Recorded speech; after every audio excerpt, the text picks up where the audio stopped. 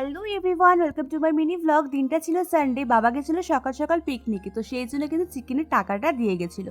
তো আমি বেরিয়ে পড়লাম, সাথে কিন্তু বুবুকেও নিয়ে নিয়েছে চিকেন কেনার জন্য, তো সেই জন্য কিন্তু আমরা এখানে দাঁড়িয়েছিলাম।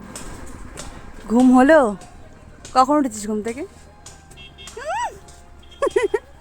সকাল সকাল কিন্তু বেরিয়ে পড়েছিলাম। আমার ফেস দেখে তো তোমরা বুঝতেই পারছো। আর দেখো, বউ এদিকে আমার জন্য শাড়ি অর্ডার করেছিল, খুবই সুন্দর।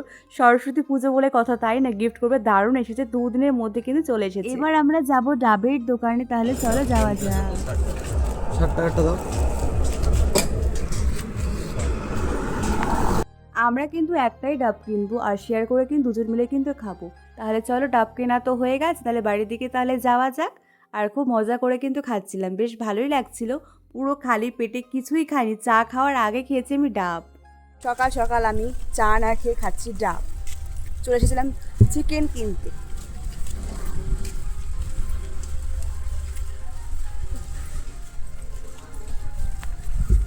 এনে খা, তুইও খা না, একটু খা। চলো গাইস, তাহলে বাড়ির দিকে যাওয়া যাক। সো গাইস, আমি বসে রয়েছি সাইকেলে, আর বুবু চালাচ্ছে সাইকেল। চলো যাওয়া যাক, যাচ্ছি আমরা বাড়ি। এখন যাবে বুবু পিকনিকে, তো সেই জন্য দেখো রেডি, পুরো রেডি শেডি হয়ে গেছে, পুরো হিরো। পিকনিকে তো যাও তাহলে।